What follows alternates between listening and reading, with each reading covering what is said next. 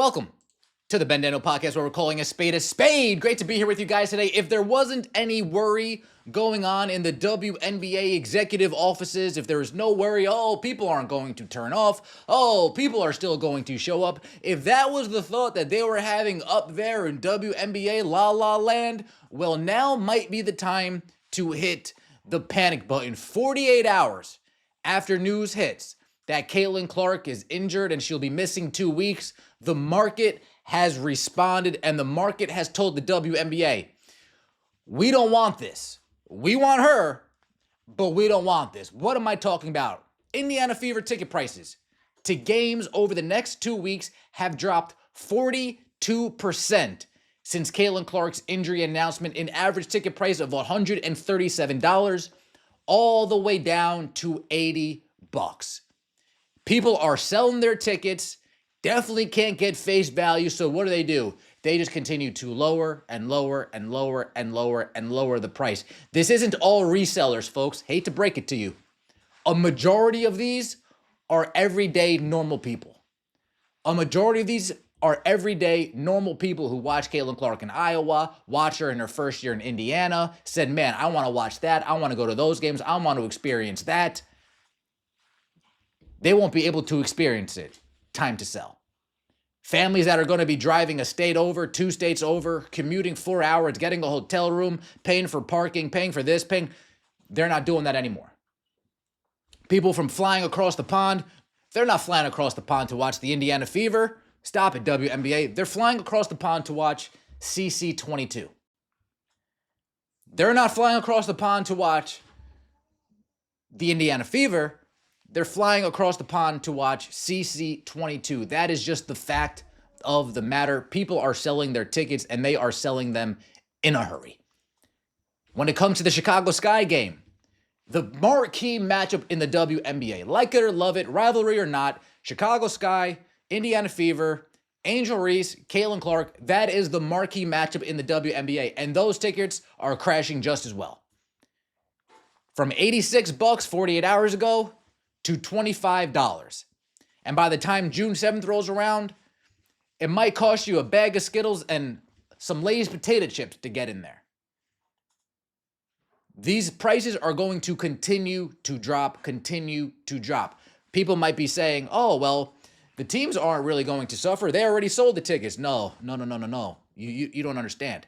If the Chicago Sky moved into the United Center, and let's say resale-wise, they sold all 19,000, well, when only 9,000 to 10,000 show up, they're losing merchandise sales, they're losing food sales, they're losing beverage sales, they're losing big. They took a big gamble to get into that arena, and they're losing big because it's not going to be full, and those people aren't going to be buying things there. But let's look at this from a positive side. A week ago, 2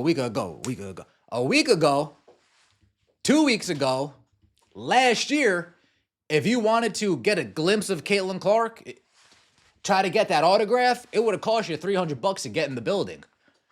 It would have cost you $200 to get in the building, $500 to get in the building, and then you got to fight to get close enough. Now you have a pretty good opportunity. $25 to get in the building. Let me make my way down because nobody's going to be there. Hey, Caitlin. And she loves her fans, so she's going to sign. She loves her. Hey, Caitlin, I came all the way. Can I get an autograph, please? It sucks you don't play. Oh, yeah. Sign. Sign. So for those that are looking for a Caitlin Clark autograph, now might be your best chance to get that at a reasonable price. I'm just saying. But on to other things going on. I mean, look at this, folks. Look at this. Blue everywhere. People are selling, and they're selling fast. And the WNBA has them to blame, themselves. The WNBA can only blame themselves because from the start, they handled this terribly. And it's about time that they reap what they sow. Unfortunate, but that's the case that they currently find themselves in. The Indiana Fever announced that Sydney Coulson will be making the start at the point guard position while Caitlin Clark is out. Sydney Coulson, not Sophie Cunningham. Sydney Coulson, not Sophie Cunningham, Sydney Coulson. Let me tell you my issue with this really quickly because it makes perfect sense. What was the issue with the Indiana Fever starting off this season when it came to the offense? Too slow, too lethargic, got down early. Do we think that putting Sydney Coulson in that starting lineup in place of Caitlin Clark is going to help any of that, remedy any of that? If we were to put Sophie Cunningham in the starting lineup, at least they can sort of get a feel of how the games would go with a more fast-paced up-tempo. But they're going to be walking the ball up. They're going to be pounding it inside. With Sophie and Lexi, we've seen in the preseason that at least there's some life there. At least there's some energy there. They will inject fire in there. They will force the defensive hand putting pressure on the basket. And defensively in their own right, they're smothering you. Smothering you. Again, this is a reason why people weren't too thrilled with free agency.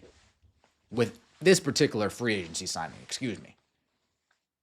Because now that Lexi Hull is injected into the starting lineup for DeWanna Bonner, now we technically only have 2 guards on the bench.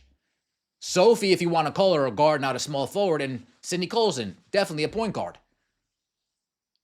We need to rely on big minutes from Sydney Coulson. 10 to 15, maybe even more minutes a game. Timpson's going to be there.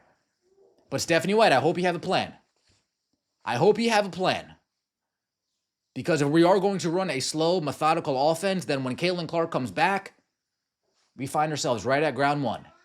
At least with Sophie in there, pushing tempo, pushing pace, might not be equivalent, but it will definitely be a hell of a lot similar to mimicking an offense ran by Caitlin Clark than an offense not ran by Caitlin Clark. And speaking of Caitlin Clark, she's a freak, folks. What do you want me to say? Caitlin Clark already back in the gym. We're working on her three-point shots. Working on her form. Working on her free throws. Working on her form. Telling Caitlin Clark to stay away from the gym is like telling a dog not to bark at the neighbor. You're going to lose that battle every time. The only way you win that battle if you bring your dog inside. Then they can't bark at the neighbor. But you're going to tell Caitlin Clark, hey, Caitlin, stay home. No.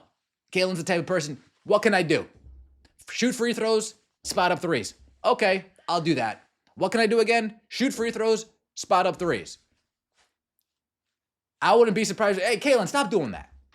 She's taking it to the rack. She's working on some dribble. Stop doing that. We told you.